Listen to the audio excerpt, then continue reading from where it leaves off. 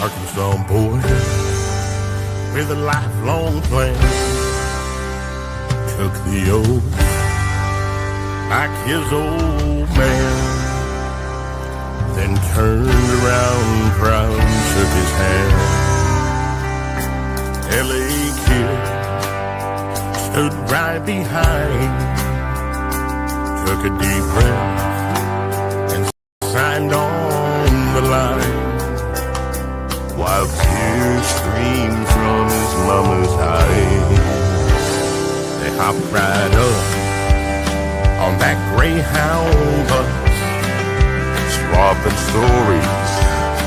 They laughed and cussed, and they talked about the girls that they loved. They made a pact, shined up their boots, got the call before it hit the news. No clue what they were about to do. Good Tuesday afternoon, Finish This Fight Squad. It's Tuesday, 3:30. It's Finish This Fight time. Thank you all for joining me. We have got some amazing things coming up. And when I tell you amazing, y'all are going to, we've been on a tirade for a while. I've had a chance for like the last 5 years to go around this country and talking about freedom, because y'all know me, I lost my freedom in 2017, wrote the song, had a chance to talk about losing freedom, what that all means, and what that really means. It's not, freedom isn't free. It's not cheap. It costs something. It costs somebody something. Now, you have a choice in this country. You can sit around and just kind of soak it up. What little freedoms we got, you can soak it up, or you can get up off the couch and do something. We got something coming down the block here in about 2 weeks, less than 2 weeks, that you should want you to be a part of. It's called Walk for a Hero, Joshua's Journey. And you're going to help, and you're going to hear more about that later today. In September the 6th, we're going to be hosting a telethon on the Patriot Prayer Network. Lots of your favorite big influencers are going to be there. So you need to put that on your schedule. September the 6th, 2 p.m. Eastern time is the telethon for Finish This Fight. Y'all, I've got a Patriot warrior on next. She is this young lady I met about 4 years ago. She's out in the California part of California. Actually, not directly. She's real close to it, though. And she's out here making a difference. I want to say hello to Christine Bish. Chris, welcome to the Finish This Fight podcast, sister. Hello. How are you? Girl, if it got any better, I'd be good looking. In fact, every time I get on and introduce people, I got to put my man makeup on because it just makes me a little bit sexier. But let's get back to the reality of the guy that looks like he's been run over by a truck. I've been run over by a truck. It hurts. It's no fun I at all. still have injuries. It's no fun at all. So, Chris, welcome to the show. Let's talk a little bit. I haven't seen you in person in several years now. I think the last time we hung out was out in Sacramento. And gosh, I'm going to guess 4 years ago? Yeah, I think it was 4. Something like it. When you were running for Congress. When am I not running for Congress? That's true. When are you not running for Congress? It was shortly after, it had to be 4 years ago, because it was shortly after the shutdown of the shows that we were going to be doing in Vegas and Southern California and that kind of thing. And we just 2020 then. Yeah. Yeah. And we just kind of met and hit it off. And I found you were running for Congress. I wanted to come out and try to help you win, because Sacramento, California needs some Bish. Oh, yeah. Well, my motto, time to send a Bish to Congress. Because I'm just a Bish to get things done. I love that. So talk to us, Chris. Talk to us. Who are you? Where are you from? Why would you want to run for Congress? Talk to me about that. Whoops, hang on. Let me add you to the stage. Oh, yeah, that's a fun one right there. Well, that's just a hobby, taking down Adam Schiff, because I'm not running against him. I'm running for Congress in Sacramento, California, running against supposedly a doctor. I think the best thing about his practice is he's not practicing. He's in Congress. But we need some common sense in Washington, D.C. Look at the craziness going on here in California. Even the craziness going on in Washington. President Trump and our Republican Congress there, they have a lot of work to do. They've got a lot of fixing.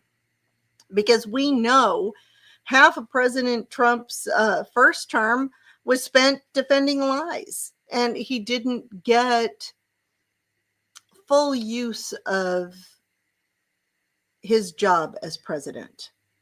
He didn't get to do the things that all the things he promised to do. Not because they robbed him. They robbed us. Yeah, he was fighting at every turn. There was just no help. And that was from the Republicans, too. And I'm going to tell you, a lot of Republicans, Chris, you're going to have to forgive me, but they can kiss my country butt as well. Oh, I'm far more colorful than that. I just got a call from a representative. I'll spare him because he's friendly enough. Gentleman I know that's working with the California Republican Party. And he called me on Sunday night and said, Chris, I drew the short stick. And I said, you drew the short stick? The short stick for what? He says, we're calling you. You see, the party is worried that you're taking too many liberties, that you're being too loud, and you're getting more attention is where he was getting to. And that I needed to get with the program and do what I was told. Yeah. How'd that work out for you? I got a sore throat because I can't talk enough. Nobody's really told me what they expect of me. But let's face it, I'm in California. In the last election, we elected President Trump. Right. People over California overwhelmingly came out to support President Trump, even with our crooked election system out here. Isn't that crazy? Let's talk about that a minute. Well, hold on. We lost 3 congressional seats, 3 incumbents. One of them was less than 300 votes. And this crazy Republican Party in California didn't even put up a fight. Now, those same people are saying, we're going to go up against Newsom and just do what we tell you to, even though I know I am not the fair-haired child. Well, Chris, the swamp is not just the Democrat side. This swampy is swampy on the Republican side as well. We've got too many career politicians that have found their bankroll and their power trip right there in Congress and the House, whether that's on the state side or the federal side. It's been too much for too long. And sister, honestly, that's why I love you and people like you, because you are what our founding fathers designed this Constitution and this republic to be represented by, was people that would go in, do their job, go home, go back to their real estate business, go in, do their job. And it's a sacrifice. It's not a career. Yeah. It's a service. It's not a career. And how did they slide that through 30, 40, 50, 60, 80 years ago where they became elite instead of public servants? How did that happen? Well, they forgot that they were there to serve. They are not there to be our leaders, to be our masters, or be our overseers. They are there as our servants. And unfortunately, a lot of people in this country got lost. They looked at them like rock stars, people to be admired, not people who are going there to do their job. It made it just a little too comfortable, and I'll be honest with you, I'm uncomfortable with this interview process that they call campaigning. Yeah, that's not the funnest thing you've ever done in your life, I'm sure. It's not. It's a lot of money. It's a lot of dog and pony show. And if I wanted to be a rock star or a country singer, well, one, I'd need to be able to carry a note, or a tune, other than They've got auto tune now. but I'd be up as a backup singer for you, playing an instrument or something. I'm doing this because I have grandkids and I have adult children. There's people that I love. Yeah. And like so many other, people that I know that have run for office, Darlene, a mutual friend of ours, it's hard to be this tenacious and keep the momentum going because we know we want to serve. We know we have the right message. We're not one of the cool kids, but the passion is there.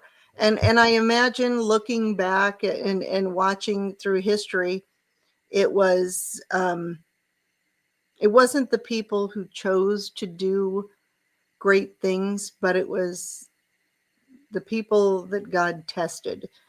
And he chooses who the fighters are, who the survivors are. Chris, I want to chat about that a minute. We were talking about that backstage before we came on. And I hear where you're coming from. What you've chosen to do, put your money, your time, your energy, your family, your efforts towards becoming a representative congressperson there in Sacramento, I wouldn't want to do it. But I'm going to give you a unique perspective. People think about, Glenn's a country music singer, and he's shot a movie and got that out, and he's on, people's different programs, television, podcast. Chris, I'm 57. I'll be 58 years old next month. I started in the country music world at 52. What kind of a dummy am I really? I mean, and here's the thing, and it's similar to politics. Nobody knew me, and I had no leg up. I had no help. People in a lot of the world still don't know me, and I've got music all over the world. I've had a chance to do some pretty cool things, but without the monster that pushes it, I'll never get big. And you know what? I don't even care. That's not why I'm doing this. I'm doing what I can do by using my voice and my imagination and my creativity to get this message out that we are in a battle. We are in a war. And I believe with my heart, we are in the second revolution. And that's why he's calling them warriors. He ain't calling me because I'm so daggone good looking. I can tell you right now, he's calling me because I don't know how to quit. When God gives me something to do, you better get on board or get the heck out of the way. And Chris, you're a bulldog too. We're from the same family. You go back far enough, we're all related. We're from the same family. So let's talk about what you've done and really what brought you into the fight. When did you really wake up and say, you know what, something ain't right? When did that happen for you? Really it happened in 2019. I was diagnosed with kidney cancer. And even before that, I had heard about a lawsuit here in my community against my water district and the old Air Force base that's not far from me. And so I called the water district because we didn't get any letters. We didn't get any notices. And I had saw the lawsuit and called them, got past a few people trying to, just push me along. Got to talk to a biologist there who told me not to worry. My community is serviced by 10 wells. 7 of the wells were closed because the contamination levels were so high of the, PFAS, the forever chemicals. And then the remaining 3 wells had acceptable levels of contamination. And it was less than 3 weeks later, the doctors accidentally, they found I had kidney cancer. I had a tumor on my right kidney about the size of a walnut. Acceptable levels to who? Exactly. Yeah. Probably they don't live where I live. They're not drinking the water that I raise my kids on. But so we went through all the motions. And in the meantime, while I'm going through the testing, getting ready for surgery, I called my representative at the time, Doris Matsui, and I wrote her. Couldn't get a meeting with her because she doesn't really live in California. She lives in Maryland. But I didn't even get I emailed, went on social media, did all that. Couldn't even get the courtesy of a form letter. Thank you for calling, go pound sand.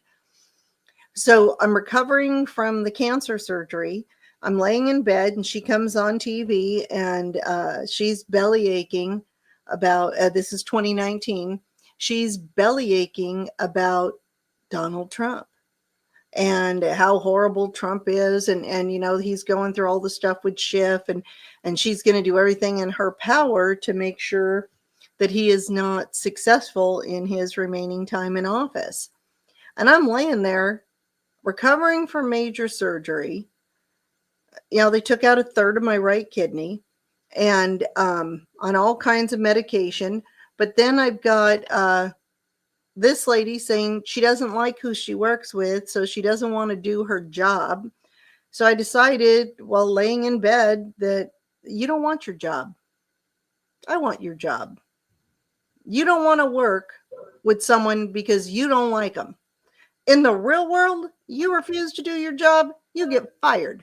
Yep. Just like those folks in Texas. They should fire them all. They went on an unauthorized vacation. Mm-hmm. Just kick them to the curb. There's somebody not only a vacation, we paid for it. Oh, yeah. Well, no, actually, we paid for it. Remember they came to California? Yeah. We were the one putting up those Texas refugees. Mm-hmm. How about Texas? You take your people back and we'll get some of our patriots back here because I need some more good voters. Make that deal with Texas, huh? Yeah. Yeah. I like that one.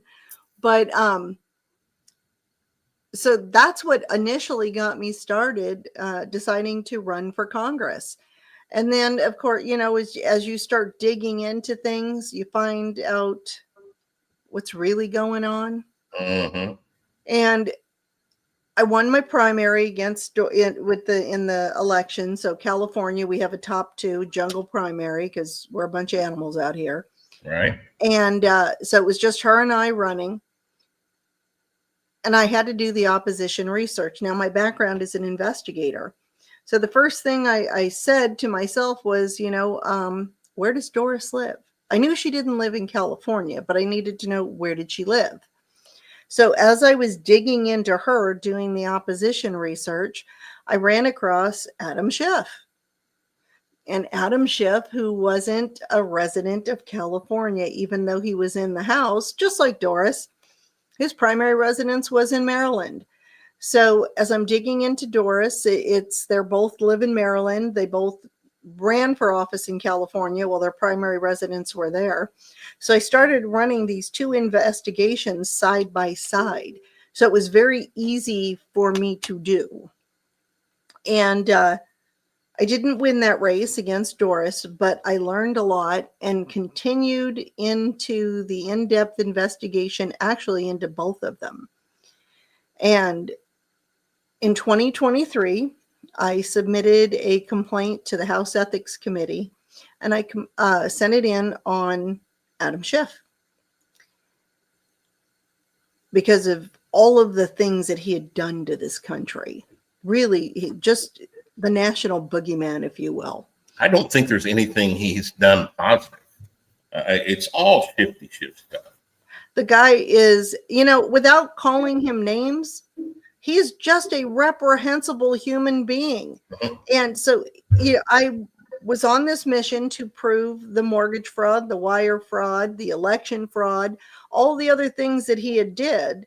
And then, so he's in the news and we got a special prosecutor and so I'm still involved in all that because that whole complaint that they brought these charges and got a special prosecutor, it was based on not the 2023 complaint that I sent to Congress, to the House Ethics Committee, not even the 24 complaint that was twice the size of 23. Not even that.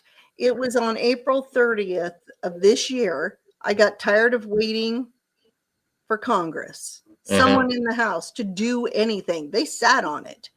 So I sent it to FHFA, all my documents, all my evidence.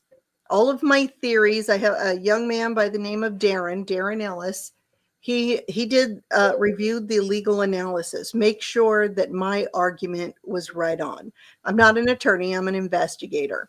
So Darren went through and made sure that my legal arguments were sound. And that's what he does. He works for different attorneys and as an assistant, if you will, and preparing documents. So, but he's a brilliant researcher. He's not an investigator like me. He's a researcher.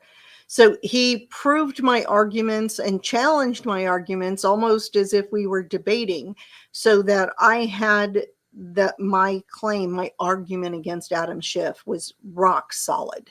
I can't imagine what the defenses would be. So he reviewed it and was an amazing person to sound off on, to bounce off of, to challenge me. And then luckily we had Peter Schweitzer's team come in with Just the News and Peter Solomon or John Solomon. And they were going to run with the story against Adam Schiff. And this is before I even sent it to FHFA. And they challenged me even more. Well, what about this? What is your answer to this? Or, this is what my argument is. And it was like going through a trial. And it was several months, and they pushed me beyond where I knew I could go as an investigator on, the evidence that will be presented with special prosecutor in Maryland. But fast forward, I get it in on April 30th. And of course, I don't get any response, hey, thank you for submitting it. And then on July 15th, my phone is blowing up. It is going crazy. Chris, have you seen what Donald Trump put out? No, I haven't seen anything. And they're all, it's you, Chris. It's he's got your story. Look at that document. It was one of the documents that I had actually included in the evidence that the president had put out on Truth Social. And it was an incredible honor for me, because I do love and respect the president.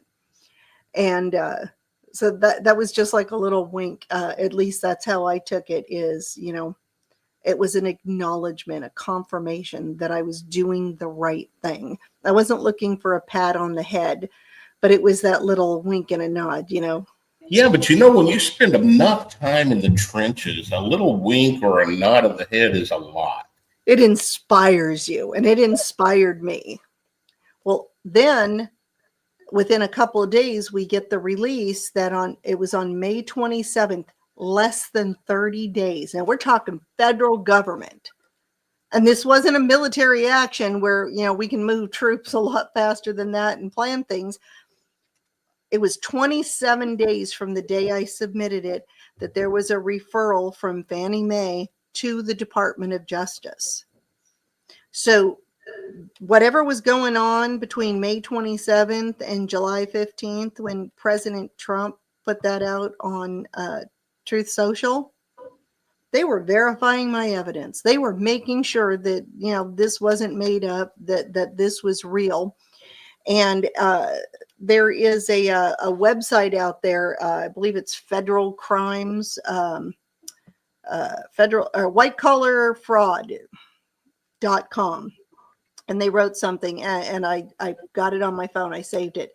It says, when career prosecutors and federal agencies review evidence and conclude it warrants special prosecutor oversight, it confirms the serious nature of the alleged criminal conduct. And they're talking about me. Without you saying my name. Yeah, some of the biggest stuff that's happening right now is being instigated and pushed forward from lay people. Yeah. Laura Loomer is a wild person. She's vetting the crap out of people. Does she go overboard? I'm pretty tough, and she makes me a little bit uncomfortable. But just the things that have happened in the last few days, pushed forward by her. This stuff that we're seeing on the news right now, Letitia James, Adam Schiff, these scoundrels.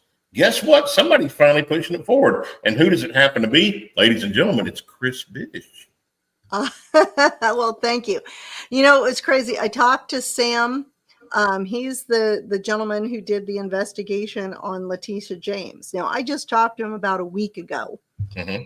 He was doing Letitia James on his own. He was not hired to do that. He just, it was funny when I talked to him, our brains work so much alike.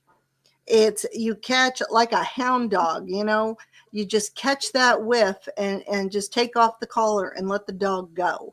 Right. And he was in New York running down Letitia James. I'm in California running down Adam Schiff. We had never talked. We had never compared notes. Didn't even know the other one existed. Mm-hmm. And they hit back to back. Really? What are the chances of that? We were both put on the chances are pretty high when the crime is very similar. But it's not. You have to have. I'm an expert in real estate and mortgage. Mm-hmm. And that's what I've been doing since Oh my gosh, 2003. No, you don't have to say it. No, you don't have to say it. 2003. Okay. I've been doing real estate and mortgage, but before that, I was an investigator in a law firm for 10 years. Had the opportunity to help a couple bounty hunters track down some bad guys. Mm-hmm. I used to repossess cars. Love my hair on fire, but I'm a grandma now, so I can't do that. Chris, you still got that flavor, though. I know you do. I've seen it. But yeah, and I've done financial investigations as expert witness, working with lawyers involved in real estate matters, and been able to help on a few cases. Can't go into those, but so I've kept my skills sharp as could be. Uh-huh. But we put together this complaint against Adam Schiff, and there's some people that are recognizing me for what I've done, and others are just kind of running with it, grifting, if you will. And it's not about getting the credit. It's about if you're going to do this, if you're going to talk about this, you have to understand. And I have this unique skill set that understands real estate, understands mortgage, understands tax law, understands election code, at least as far as California goes. I can't go to every state, but for California, became pretty good in Maryland and U.S. election code. And that's just from running for office that I acquired these skills, if you will. And I guess it's being the right person at the right time. Well, let's chew that up just a second, Chris, because we've got two similar crimes that are being investigated right now. And you got the left screaming, well, it's retribution. It's not even close to retribution.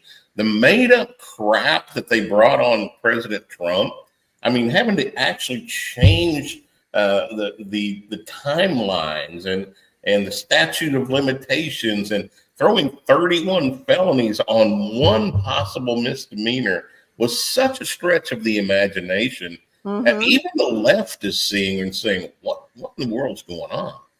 But this wasn't retribution. And I know because according to one of these articles that I was looking at, Schiff's looking at 30 years mm-hmm. in prison. And you know what the really sad thing about this is? Well, I don't know if it's sad. It could be justice.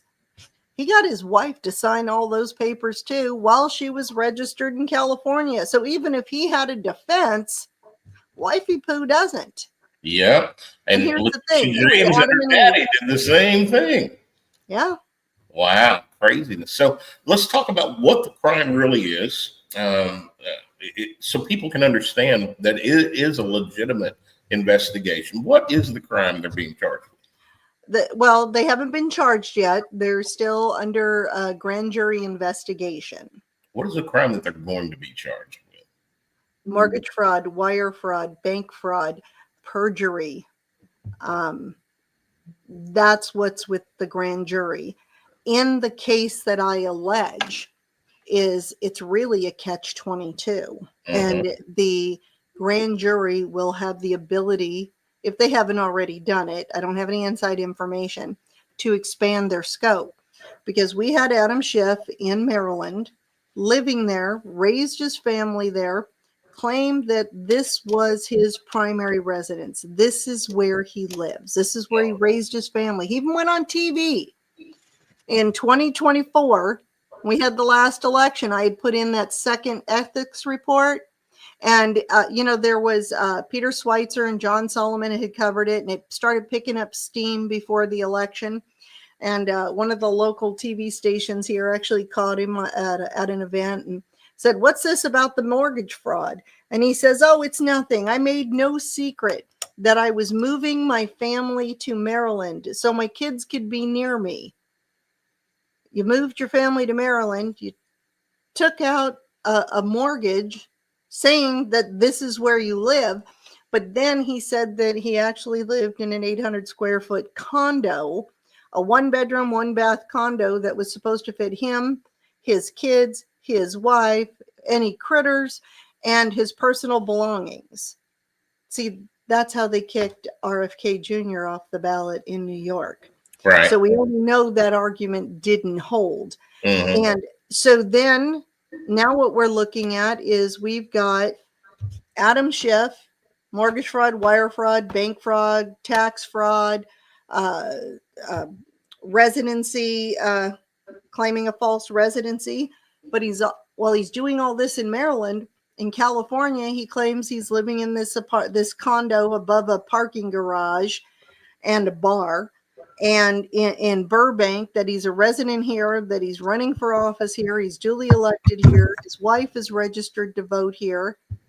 You can't have both. It's one or the other. And the truth is, and Adam Schiff knows it, he's in a catch-22. I don't care which fraud he gets fried on. Something got to give. One or the other. Pick one. You're in the frying pan, man. That's all there is to it. They never thought they'd get caught. Who looked? And even when I looked and I submitted it to Congress, under a Republican Congress, think about it, Kevin McCarthy, it was there. I don't know if McCarthy ever saw it. I'm sure they get all kinds of crazy complaints and I get calls now that this is out. People, can you investigate this person? Can you investigate this person? No, not really. I don't just jump on the bandwagon. I'm not out there to, like one of the prosecutors in the Salem witch trials, just bring me the next one. Right. Chris, the battle is deep, and you've been deeply involved with it as long as I've known you. You filed a lawsuit against Gavin Newsom several years ago. Yes, I did. That went clear to the Supreme Court, if I remember right. Well, we were in the Ninth Circuit, and we didn't get all the way to the Supreme Court, but Gavin Newsom, the governor of California, in order to keep the case from moving forward, had to release the emergency order for the unconstitutional lockdown. And it was at the time, Harmeet Dillon was lead counsel on that lawsuit. So, we were winning, even in the Ninth Circuit Court. Wow. They said that I had standing because what they were doing with their lockdown here was interfering with a federal election. I was running for Congress, and the things that they were doing prevented me from effectively running a campaign. Well, and they affected a lot of things. I'm not afraid of anybody. No, I don't. No, I saw it. I've got survival instincts. I got common sense, which is why I waited a whole night before I pushed the button on Adam Schiff. But if I'm not willing to step up and defend my rights, the rights of my children, my family, my community, my state, my country, how in the hell can I expect anybody else who's willing to step up? Like I said, I didn't serve with a gun in my hand, but I will serve to the best of my ability. Now, I'm a 59-year-old cancer surviving overweight grandma. So you guys are getting what I got left. Well, here's the thing. In order to even get on this podcast, you have to be a warrior. I don't bring people on that haven't gone through a battle, and I mean a real battle. And so, Chris, thanks for coming on the show. We're going to take a real quick break, and I want to come back and talk to the audience about some things that you and I saw in Sacramento, some of the things that you've been through in the last 4 or 5 years that hurt you, nearly broke you, I think, in some instances, but made you tougher, and what the plans are for the future. So Chris and I met face to face. I think it was 21, honestly, because it was when I had released No New Normal. When I flew out to Sacramento, people were still wearing masks out there like crazy. Yep. But I don't think it was 20. I think it was 21. Might have been 21. Regardless, we spent 2 or 3 days going around looking for venues, talking to people, and you took me by an encampment. And I could not find the video. I've got it on my Google Drive somewhere, I think. So I wasn't able to show it. But there's things that have come from my life in the military, my experience with veterans that we're working on right now. I want to take a real quick break and share this with the audience. And then we'll come back and chat about that. So hang tight real quick.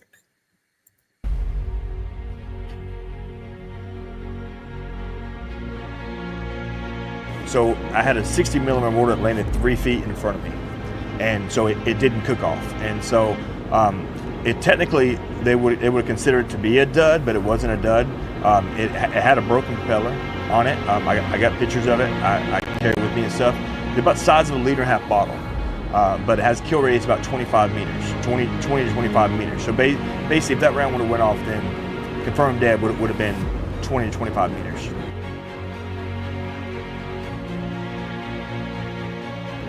Been 31 months since I've been able to stand on even with a brace, or being able to take one single step. So it's been 31 months to the day yesterday. And then God leaned in and he said, you know what?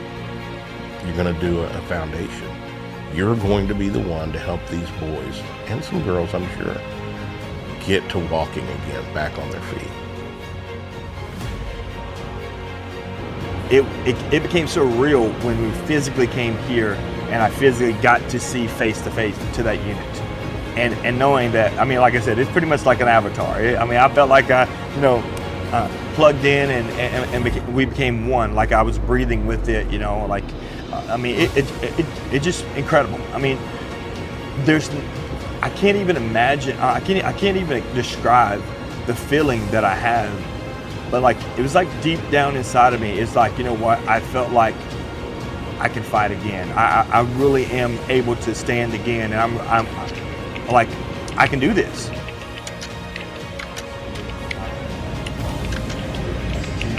Like, I guess the sense of pride, like to stand tall, no matter what height you are. Not a jab at Glenn, but just to stand.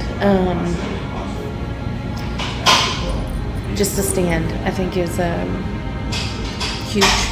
We take it for granted.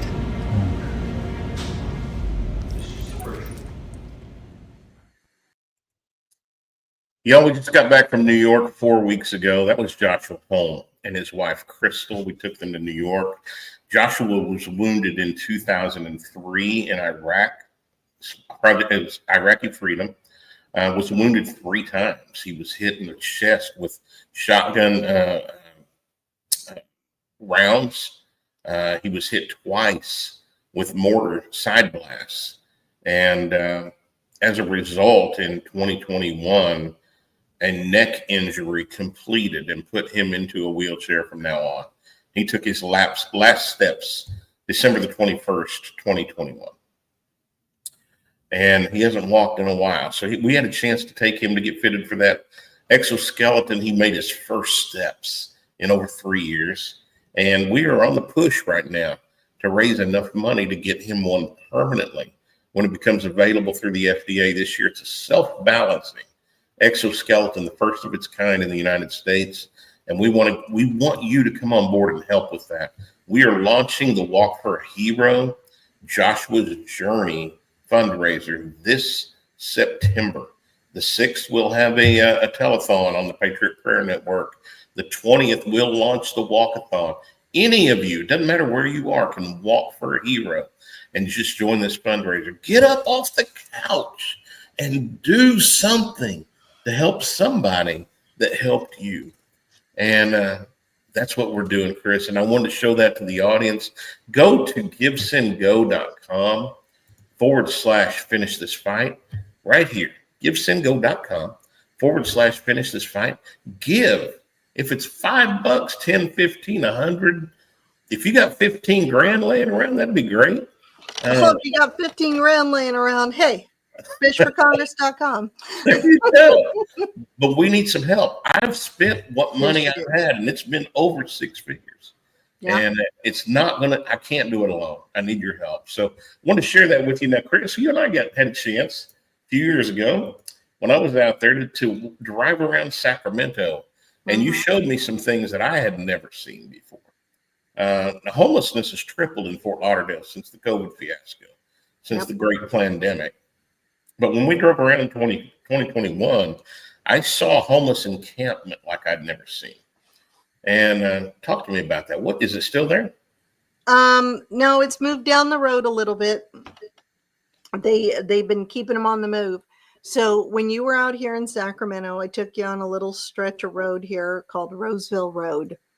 And it runs along the railroad tracks on one side. And then there's a good portion of it. There is a big golf course on the other side. Mm-hmm. And on the golf course side, I took you under the overpass. And we saw the camps, the tent cities. This looks like something you would see in a third world country. Yeah, I did. Cans with fires and dilapidated homes, people living in old boats with tarps over them. Mm-hmm. It was just crazy. And one of the last things we saw as we were driving through is I showed you a veterans camp, and it was under the overpass. I was a freaking mess. It was a freaking mess, but you know, it was one of the most amazing experiences. A few months before that, a young man came out. Oh my goodness. And it's the persistence is what he does.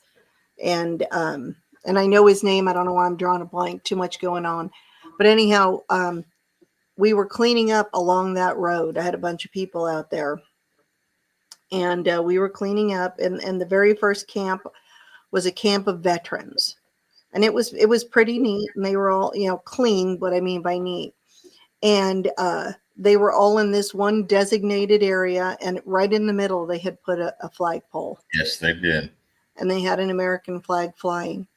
And that was what I wanted to show you. But the story behind that. So I had been there, like I said, several months before doing Scott Pressler is his name, with Scott Pressler. Okay. And we were doing a cleanup there. And a lot of the people that wanted to clean up some of this homeless mess, they didn't understand about being homeless, because I was homeless as a kid. So there is an etiquette, if you will. And so I'd explain to them, we don't just walk into these campsites. Mm-hmm. These people, whatever you think of it, this is where they live. This is their home. You can't just treat them like animals, like you're trying to move a nest. So as you approach, particularly with these vets, it was a safe place for me to teach them. And I walked up, introduced myself. I said, I have volunteers that would like to clean up the perimeter and haul off some of this trash for you. And the gentleman who was pretty much in charge, leading this group of veterans, he gave us permission to enter their campsite and pick up whatever trash we could and go around the perimeter as to be respectful to, these people who had served. And as we're leaving his campsite, and I've got them picking up trash, we're going down. This is miles and miles. Guys, you've never seen anything like this in your life. Miles and miles. Right next to a railroad tracks and golf course, and, backing up to houses. Yeah, it's just craziness. And one of the gentlemen came out to me and he said, tell your people not to go beyond the bend in the road. We call that zombie land, and we can't protect you there. Mm-hmm. Now, I've got people in their little kids' tennis shoes and their garden gloves out there picking up, everything from needles to tires to, Right. go around the human feces and all of this craziness going on. These are homeless vets, and they were worried about protecting us. And it still brings a tear to my eye, is no matter how bad their situation was, they still wanted to protect and serve. And that has, I got in for my own reasons. And the more I see, the more amazing people that I meet, I'm empowered. I don't get up in the morning. I am lifted out of bed to go fight. Sister, I was sitting in the truck you were driving, and I was filming that as we drove down the road, and I was openly weeping. Yeah, you were. And I'm about to again, just remembering it, that these people that fought, put themselves on the line, countries kind of turned their back on them because they're having to live next to the railroad tracks in Tent City, still have the American flag flying over their home, still protecting other people when they've been crapped on. We've got to do better. We've got to do better. And I'm going to do what I can do, and you're doing what you can do. We all need to come together. If we come together as a country, if we come back and recreate this as the United States of America, not the divided states, the United States, there's power in the people. We've just forgot it over the course of many, many decades. And it's up to people like Chris Bish. It's up to people like Glenn Baker. It's up to people like Presley that's out there doing his thing still yet today to get us motivated to come together and make a change. But y'all, I was weeping watching this. And I've been through some hell. And Chris has been through some hell. But I haven't lived by the side of a railroad track. That's rough. That's rough, y'all. So, Chris, I'll always remember that, and it will guide when I'm elected to Congress. Our veterans will have no greater advocate, because they were willing to put their life down to protect me, and I'm willing to go to war for them. Well, and I've seen that, and that's why I wanted to have you on today. Chris, there's some other things. During your first run, I believe, for Congress, you had something devastating happen in your life. Can we talk about that? It was actually my second run, and I ended up dropping out before the primary. Okay, I was still on the ballot. I couldn't get off the ballot, but my oldest daughter passed away. Yeah. And she didn't just pass away. No, she didn't. She was hooked on fentanyl. And I found out later she had died twice, and they were able to revive her. And she was smoking it, and she ended up having a severe asthma attack that shut down her airways, and the damage from smoking fentanyl was so bad that they couldn't save her. So, she literally OD'd, shut down her airway, and died from fentanyl. Chris, I'm just naive enough that I don't think I'd ever heard much of fentanyl until that happened to your daughter. How prolific, how prevalent was it in your area? It's everywhere. And it's not just my area. I make phone calls, fundraising, talking about the campaign all over from, Hawaii, Alaska, up to New York, New Jersey, Texas, Oklahoma, Utah, you name it. I have called all over this country. And when I talk to people, and not everybody gets that story, but, we'll start visiting, and I like to visit. And Everybody's been affected by it. Everybody. Everyone in this nation, because if it wasn't somebody you loved, it was a kid at school, a neighbor, somebody at work lost somebody. And it doesn't discriminate. It doesn't care what color you are, what your religion is, what your age is, what your sex is, how much money you make. It does not care. It kills indiscriminately. And fentanyl is Killed so my daughter. absolutely. It's so dangerous. What do you see going? I'm sure you're paying attention. What do you see going on in the world with it now that the border has more or less been shut down? Are we controlling it, or is there enough that's already been in the country that it just continues to be prevalent? It's still continuing to come in because now they're coming in by boat, and they'll send in multiple boats, more than Coast Guard can catch.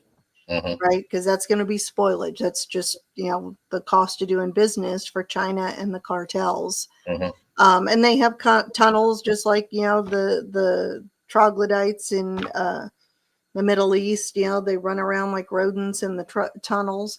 Here, they'll drop them off. We found in California manufacturing sites where they were bringing in the chemicals necessary to make the illegal drugs. So President Trump and shutting down the border is really putting a crimp in what they are doing. And that's the southern border. Now, remember, we still have a lot of other borders, and that stuff can come in through Canada. Like I said, coming in on our shores all over the country. Yeah. We had just 15 miles from me a couple of months ago. A boat made it to the shore with 27 fighting age Chinese men. Yeah. Jumping off the boat and running up into Pompano Beach. I mean, so it's like Normandy or something. And it really is. This is war.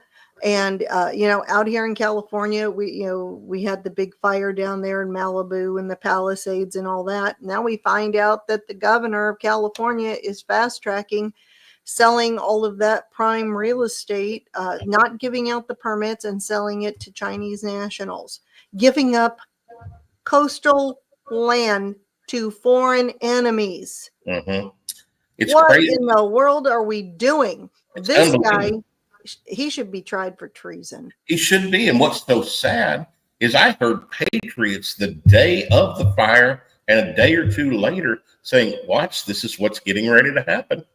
And sure enough, this is what's getting ready to happen. And sure enough, it is what's happening. Is they're selling because it's exactly what they did in Hawaii. Exactly what they did in Hawaii. I had a Michelle, it's not Rodriguez, it's I'll think of it in a minute.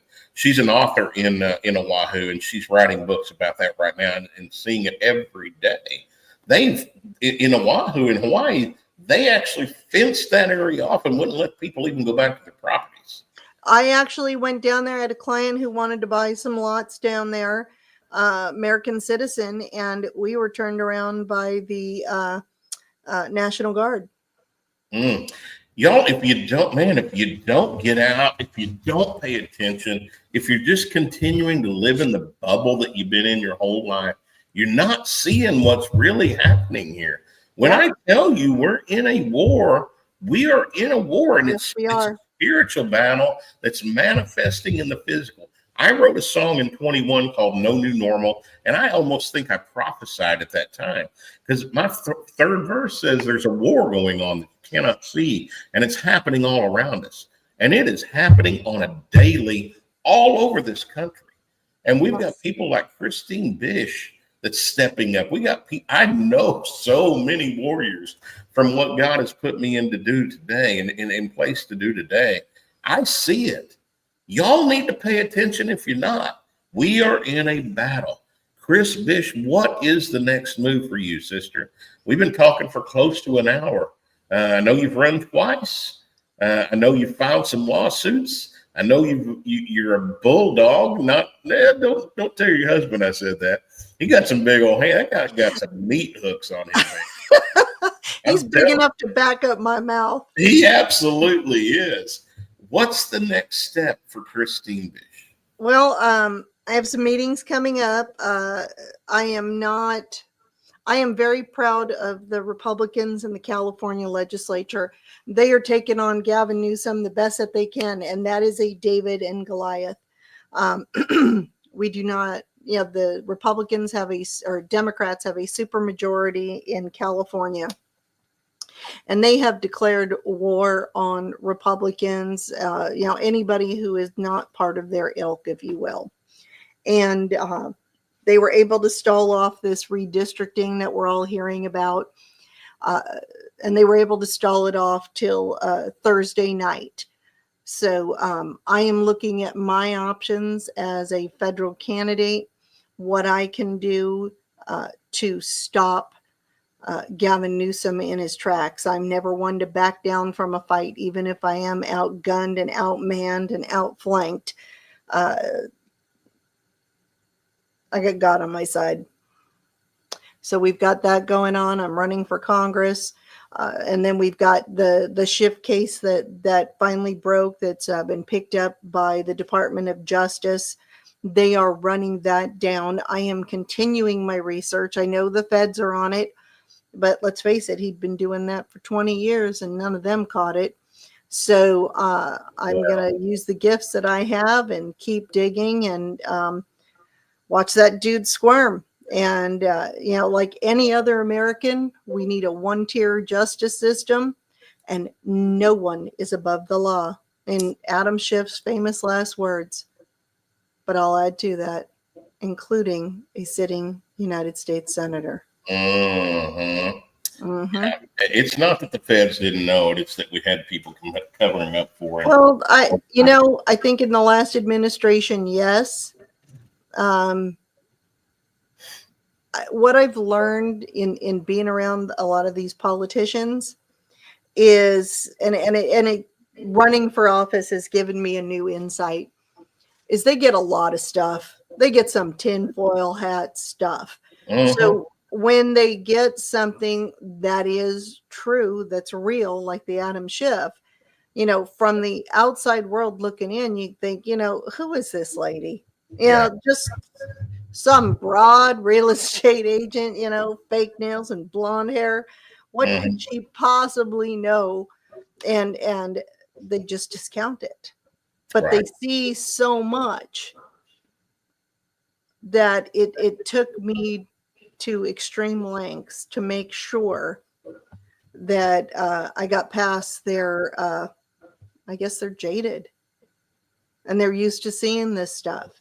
And how do you take it all seriously? So when I talk to people, I'll have people say, Chris, well, what about this and what about that? I said, whoa. I am one person. This is my hobby. It is not my job. I am doing my best and trying to force other people to do their job. So what I would say to everybody out there, if you're listening, we want you to give to Glenn's project first. But if you got a little bit left over, if you would help me out, because I will take the fight. I want my job to be investigating corruption, uncovering corruption. We saw finally, hey, Elon Musk, he had a hard act to follow, but he had a lot of money and technology. He had to follow me. Send a Bish to Congress, y'all. Send a Bish to Congress. Well, when your name is Chris Bish, you have to own it or they will own you. Yeah. You know what? I absolutely resonate with that, because when you're a full-grown man at 5'4" on a good day, you got to own that stuff too. Exactly. I've heard every short joke in the book. I ain't nobody made up nothing new in a decade. So. Yeah, and I get called a pit bull all the time. Not even a tack dog. They go down to pit bull, and my husband corrects them and says, "No, she is a honey badger. A pit bull has nothing on Chris." And I would agree. Chris Bish, thanks for joining us on Finish This Fight podcast today. I really appreciate you. If you want to stick around for the afterthoughts, we can do that. Y'all, finish this fight is going strong. GiveSendGo.com/finish this fight. If you don't like veterans, send it to Chris Bish. She likes them, and she's gonna help some veterans out there. Y'all, we're in a battle. You got a choice. You can get up off the couch, or you can sit back and watch. But I guarantee you're going to see my dust, and don't go to Starbucks. Send it to us. Exactly. Tomorrow we have Dr. Pete Chambers, the doc, coming on at 3:30 Eastern time. And he is running for governor of Texas. He's kicking butt and taking names. So y'all join us tomorrow at 3:30 Eastern time right here on Finish This Fight. On the other side, I will see you. I am out. Forward, halt, left, left, left, right, your left, left, left, right.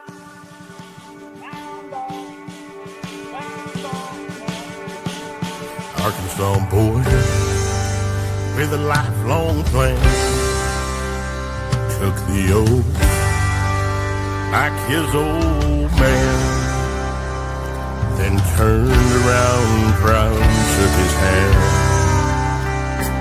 L.A. kid stood right behind, took a deep breath and signed on the line, while tears streamed from his mama's eyes. They hopped right up on that Greyhound bus, swapping stories. They laughed and cussed, and they talked about the girls that they loved. They made a pact, shined up their boots, got the call before it hit